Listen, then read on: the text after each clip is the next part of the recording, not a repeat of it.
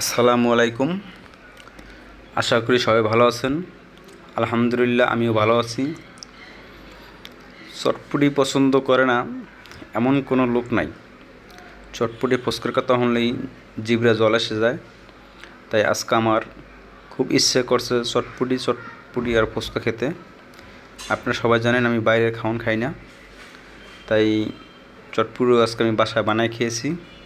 আমার পুরো ভিডিওটা দেখবেন আর দয়া করে লাইক কমেন্ট শেয়ার করে দেবেন আর বেল আইকনটা বাজিয়ে দেবেন নতুন ভিডিও পাওয়ার জন্য।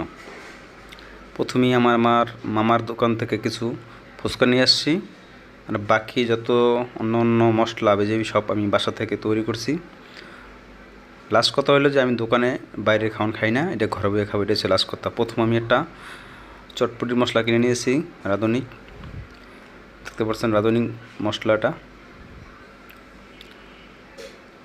চটপটির মশলা। প্রথম আমি এখন ডাল গরম করে নিলাম,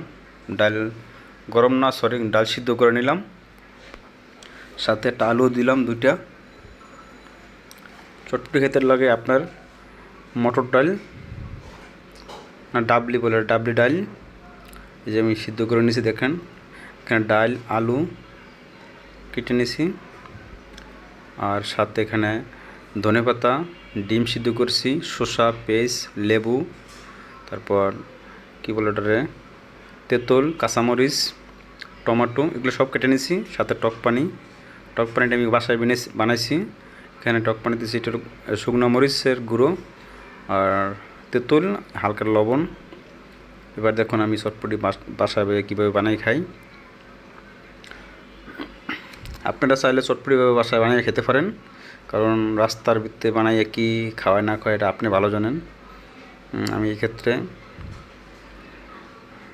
বাসায় বইয়া সব কিছু খেতে পছন্দ করি। দেখেন প্রথমে আমি ডালের সাথে আলু মিলিয়ে নিছি, তারপর শসা, টক পানি দেখতে পাচ্ছেন।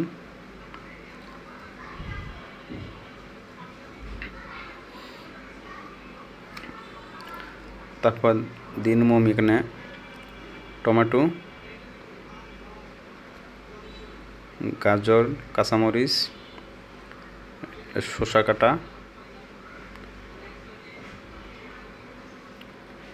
কাটা পিস দিয়ে দিলাম ধনেপাতা। এবার একটু লেড়ে ছেড়ে নেব, লেড়ে ছেড়ে সব মিক্স করে হালকা একটু লবণ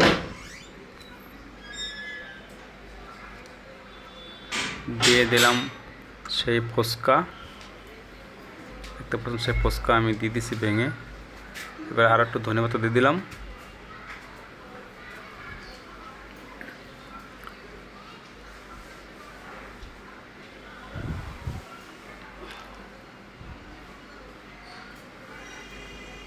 সাথে দিয়ে দিলাম সেই মশলা, আধুনিক চটপটির মশলা পাওয়া যায় কিনতে বাজারে।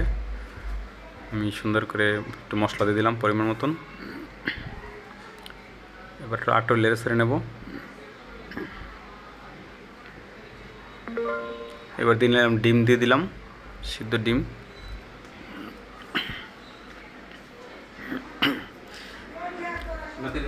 এবার দিলাম লেবুর রস।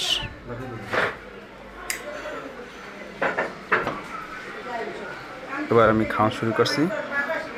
পুরা বাজারের চেয়ে আপনারা যারা দোকানে খান 100% এর চেয়ে খুব সুস্বাদু হয়েছে আমার চটপটিটা।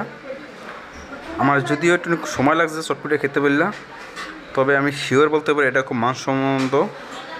বাজারে কি খাচ্ছেন আপনার যে একমাত্র দোকানদারই জানে, কিন্তু বানায় খাইছেন আপনি, এটার স্বাদ গুণমান অনেক অনেক বেশি বাজারের সেটি বিক্রি করে। তবে দোকানে বলেন আপনি এভাবে ঠিক এটা আধুনিক মশলার সাথে যা যা দরকার সব বাসায় বই আপনি খেলে আলাদা একটা মজা উপভোগ করবেন। আমি শুধু ফুচকাটা আমার মামার দোকান থেকে নিচ্ছি, সে ফুচকার কারখানা আছে, এখান থেকে শুধু ফুচকাটা সংগ্রহ করছি। আমার ভিডিওটা যদি ভালো লেগে থাকে দয়া করে লাইক কমেন্ট শেয়ার করে বেল আইকনটা বাজায় দেবেন। আমার সাথে থাকবেন নতুন নতুন ভিডিও পাওয়ার জন্য। সবাই ভালো থাকবেন, সুস্থ থাকবেন। আসসালামু আলাইকুম।